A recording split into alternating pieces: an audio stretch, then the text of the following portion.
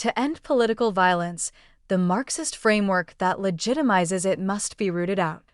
Commentary. On August 22nd, young Irina Zarutska was murdered, not with a gun, but with a knife.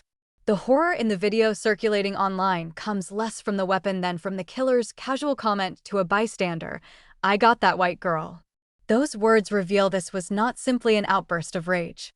They show a moral framework in which killing that white girl was normalized, even justified. That is also what makes the assassination of Charlie Kirk so alarming. Some want to minimize it as just another gun crime. But Kirk was not targeted because of a weapon.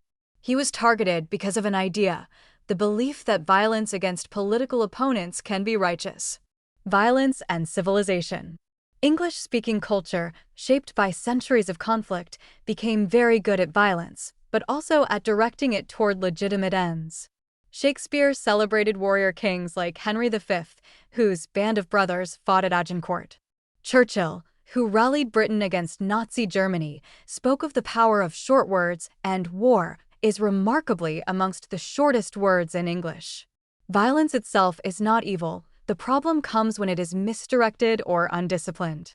The original push for public education, born of a revival of classical learning, insisted that young people be taught to love truth rather than their own factions. It was a genuine attempt to train the passions of young citizens toward virtue, habits of mental and physical excellence. But these insights have largely been abandoned by our public schools.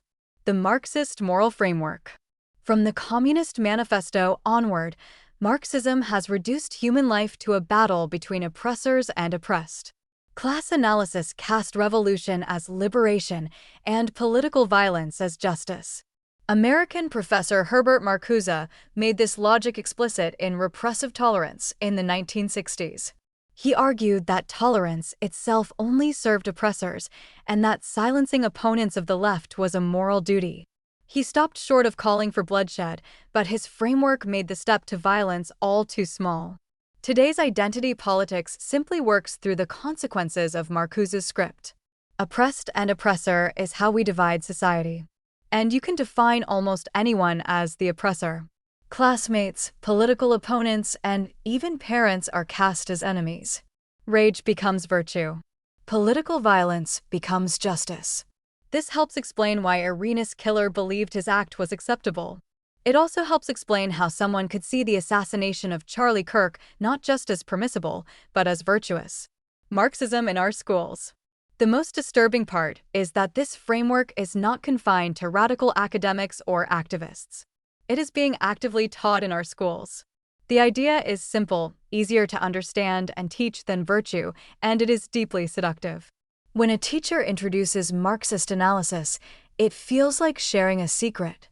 Suddenly, teacher and student are in on something together, a hidden truth about how the world really works. That dynamic transforms the relationship. Classroom management becomes easier. Students enjoy lessons that make them feel clever, even heroic. You and I see the truth, while the world out there is blind or corrupt. But the price of that intimacy is enormous. Once students buy into this you and me against the world dynamic, it becomes much harder for them to listen to anyone who is not on their side. Teachers become allies, including against parents. This is how education cultivates political violence instead of virtue. We have seen what happens when children are raised this way. In Cyprus, whole generations were taught to see their neighbors as enemies. The result was decades of recurring conflict. The same seeds are being planted here in our own schools under the banner of equity and critical thinking.